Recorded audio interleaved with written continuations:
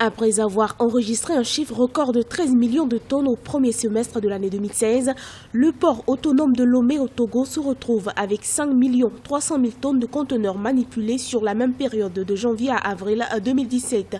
Une baisse du trafic maritime d'environ 8 millions de tonnes, un repli qui, selon des responsables, seront en partie dû au règlement 14 de l'UEMOA relatif à la charge à l'essieu. Adopté depuis 2015, ce règlement impose l'harmonisation du trafic à travers le paysage avec délestage ainsi qu'une amende imposée aux camions pour tout dépassement de la hauteur fixée à 4,5 mètres.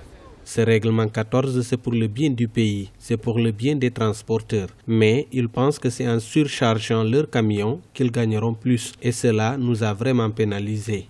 De janvier à septembre 2016, ce sont 980 navires qui ont accosté au port de Lomé. Le pays accuse ainsi une régression de 5,7% de son trafic par rapport à 2015.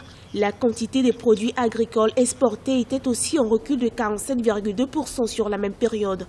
Le total des marchandises était alors estimé à 4009,2 tonnes, soit un repli de 21,8%. Le Togo lui-même ne produit pas suffisamment de marchandises pour exporter.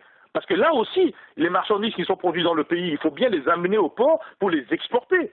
Et que toutes ces taxes qui se mettent à se mettre dessus, ça empêche la marchandise d'arriver au port et surtout, ça empêche sa compétitivité. Ce n'est plus intéressant d'acheter des produits togolais. Si plus de 40 ans après sa construction, le port de Lomé a fait des progrès passant de 400 000 tonnes de marchandises par an à plus de 15 millions de tonnes de fret, il reste cependant confronté à d'importants défis. Diversification véritable de l'économie, réorganisation structurelle, infrastructurelle et lutte contre la corruption maritime.